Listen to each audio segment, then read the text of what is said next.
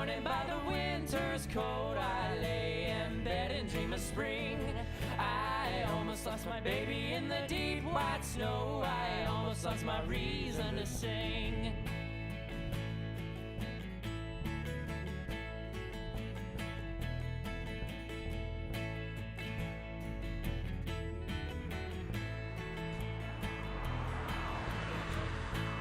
Oh my, my, oh me, you don't need to go down to Tennessee. Just take a walk around your neighborhood. Go home and eat some of Mama's food.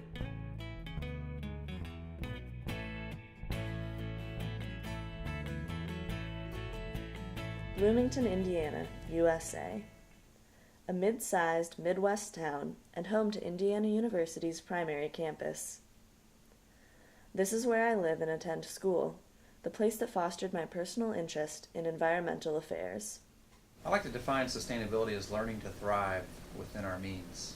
The word thrive, I think, is important because too often people get the idea that sustainability is about sacrifice and doing without and having a lesser quality of life, where I would argue that the things that we need to do to become more sustainable are things like enjoying a farmer's market, riding our bike instead of being in our car, and these things that get us closer to an authentic life, closer to nature, closer to each other, closer to our food. There is no real dividing line between campus and community. So I think it's important when you talk about issues of sustainability that you have to get into the community and find out what the community issues are and what the opportunities are in the community to collaborate and to make not just the campus system stronger, but the community system stronger. My name is Stephanie Solomon, and I'm the Garden and Nutrition Coordinator with Mother Hubbard's Cupboard. We are a large local food pantry, but we also focus on garden and nutrition education.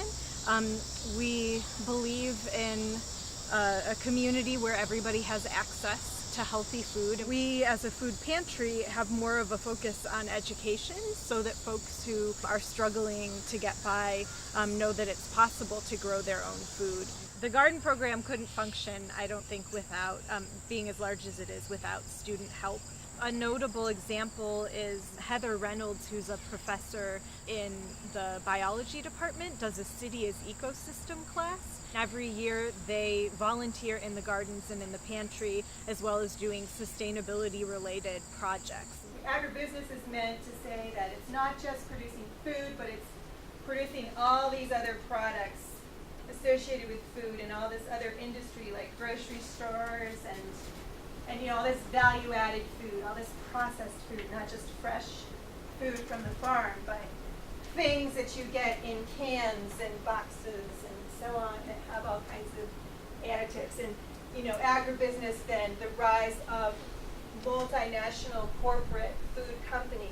We have a billion-dollar advertising industry directing people to commercially produced corporate food sources. And to combat that, just in whatever way we can, in a very tangible, real way, we've brought together food interest groups from around the community and university, local food producers, and then the restaurants that support them have shown some past, present, future commitment to buying from these people directly. And so it's sort of like a mini snapshot of the ecosystem that is our local food community. While occasional exposure to local food fairs, farmers markets, and community gardens are beneficial to some, there are still many students that live on unaware of those opportunities.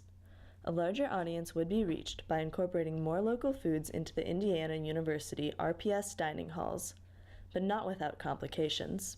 We've worked with local folks, farmers and whatnot, trying to work out agreements and ways to increase the quantity of what we can buy. The challenge is for a farmer to be able to produce enough that can feed 12,000 residents plus the remaining 28,000 students that may or may not use the service day in and day out. There were only 7 food items consumed in IU dining halls that were brought from less than 650 kilometers away. So the other 900,000 or so food items brought to the dining halls came from much further away, an average of 1,100 kilometers in distance. So we're seeing as climates change, as fuel prices rise, this system is really not sustainable. And if we are able to access food closer to our homes, not only is it fresher, but we don't have to input all this fuel and time into shipping our food across the country. While many community leaders and university staff, faculty, and interns are spearheading efforts to reduce Bloomington's ecological footprint, you don't have to be in a position of power to work for the change. With sustainability at the forefront of discussion, many student clubs and coalitions have been formed with this interest in mind. One particularly passionate group is involved in the fight for renewable energy on campus. We're here to say that we would like a meeting to discuss the future of energy policy at IU. They've made improvements to their coal plant, which have reduced pollution, but there are no long-term plans for clean energy, and that's what we want to see. In the 2011 new directives report for the President McRobbie, it was identified for him that environmental sustainability is one of the intellectual futures of the university. And I think it's very important that if it's our intellectual future, that should be reflected in our infrastructure. It's pretty common for a campus this size to have a central heating plant. It's just an efficient way to heat the campus. It's really always been an economic decision to burn coal. One of the reasons why the price is so stable and so low for us here is that there's a whole selection of coal mines that are within an hour of this plant. One of the things to realize on this campus is the magnitude of our energy use. And the university really is looking closely at what can we do to reduce our carbon footprint and our emissions. No one in the administration is tied to coal. It doesn't matter to us, but it's the money. You know, we probably have our greatest opportunity, and it doesn't cost anyone anything. It actually saves money, and that's conservation. It's shown over and over again when we have an energy challenge, when suddenly buildings drop their energy use by 30%. For the Office of Sustainability, this is one of the absolute best things that they do. In terms of awareness and generating excitement on our campus for conservation, for sustainability, and frankly, saving money for the campus. But we can't give all the credit to the event organizers. The Energy Challenge works because students here are starting to care, and better yet, to do something about it.